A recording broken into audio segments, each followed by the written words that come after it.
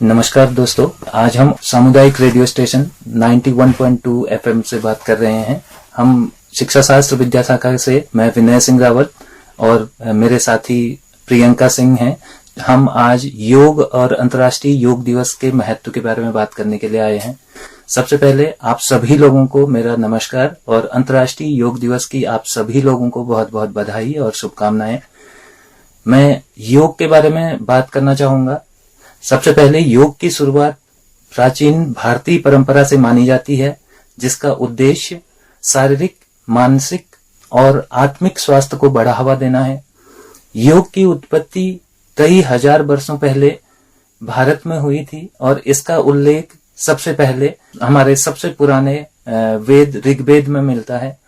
योग का प्राचीन ग्रंथ पतंजलि योग सूत्र है, जिसे महर्षि पतंजलि ने लिखा था और पतंजलि ने योग को 8 अंगों में विभाजित किया है, जिन्हें अष्टांग योग के नाम से भी जाना जाता है। ये 8 अंग क्रमशः यम, नियम, आसन, प्राणायाम, प्रत्याहार, धारणा, ध्यान और समाधि है। अब आज हम अंतर्राष्ट्रीय योग दिवस के बारे में बात करेंगे। आज 21 जून को संपूर्ण विश्व अंतर्राष्ट्रीय योग दिवस के रूप में मना रहा है। इस दिन की शुरुआत के लिए सबसे पहले 27 सितंबर 2014 को भारत के प्रधानमंत्री नरेंद्र मोदी ने संयुक्त राष्ट्र महासभा में अपने भाषण में अंतर्राष्ट्रीय योग दिवस मनाने का प्रस्ताव रखा था। इस प्रस्ताव को 11 दिसंबर 2014 को संयुक्त राष्ट्र महासभा द्वारा मंजूरी दी गई तथा 177 देशों ने एक साथ इस प्रस्ताव का समर्थन किया, जो अपने आप में एक विश्व का रिकॉर्ड है। उसके बाद पहला अंतर्राष्ट्रीय योग दिवस 21 जून 2015 को मनाया गया। इस दिन का चुनाव इसलिए किया गया क्योंकि यह वर्ष का सबसे लंबा दिन होता है और योग के लिए एक विशेष महत्व रखता है। अंतर्राष्ट्रीय योग दिवस 2024 की थीम स्वयं और समाज के लिए योग है। अब योग के महत्व और उसके लाभ को मेरी सहयोगी प्रियंका सिंह इसके बारे में बताएंगे। धन्यवाद विनय सर। जैसा कि विनय जी ने योग के प्राचीन काल से अंतर्राष्ट्रीय योग दिवस तक के सफर के बारे में संक्षिप्त में आप सबको बताया, मैं योग के जीवन में महत्व को बताऊंगी। योग के लाभों के बारे में जानने से पहले यह जानना बहुत जरूरी है कि योग वास्तव में है क्या। योग कोई धर्म नहीं है, यह जीने का एक तरीका है जिसका उद्देश्य स्वस्थ शरीर में स्वस्थ मन की प्राप्ति है। मनुष्य एक शारीरिक, मानसिक और आध्यात्मिक प्राणी है। आयुर्वेद में कहा गया है कि योग इन तीनों के बीच संतुलन विकसित करने में मदद करता है। व्यायाम के अन्य रूप केवल शारीरिक स्वास्थ्य को सुनिश्चित करते हैं।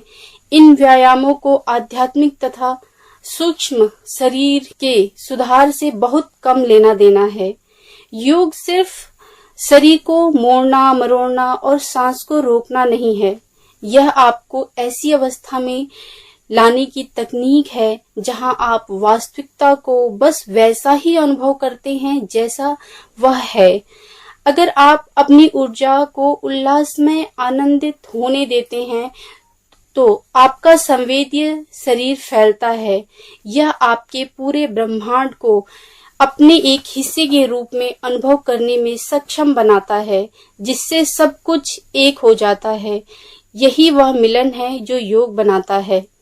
योग के संस्थापक पतंजलि ने कहा, स्थिरम सुखम आसनम। इसका तात्पर्य है कि जो मुद्रा दृढ़ और सहज प्रतीत होती है वही आसन है।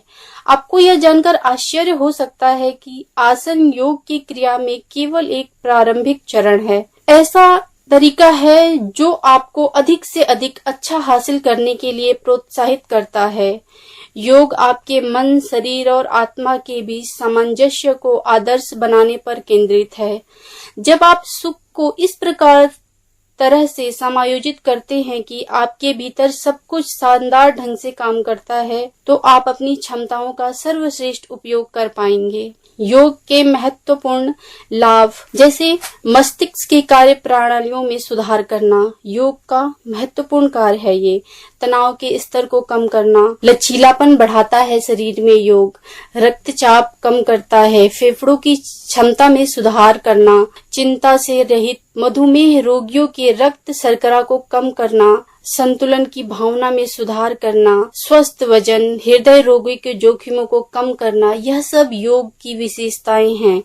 योग के अभ्यास से अनगिनत लाभ हैं जो किसी व्यक्ति को शारीरिक, मानसिक दोनों रूप से सकारात्मक रूप से प्रभावित करते हैं, चाहे वह आपके रक्तचाप को कम करना हो या आपके दर्द सहनशीलता को बढ़ाना हो, यह सब योग के कार्य हैं। इस प्रकार योग जो है हमें स्वस्थ रहने में महत्वपूर्ण भूमिका निभाता है, इसलिए योग को अपने प्रत्येक दिन की दिनचर्या में शामिल करिए और स्वस्थ रहिए। मेरे ओर से अंतर्राष्ट्रीय योग दिवस की आप सभी श्रोताओं को बहुत बहुत बधाई और शुभकामनाएं।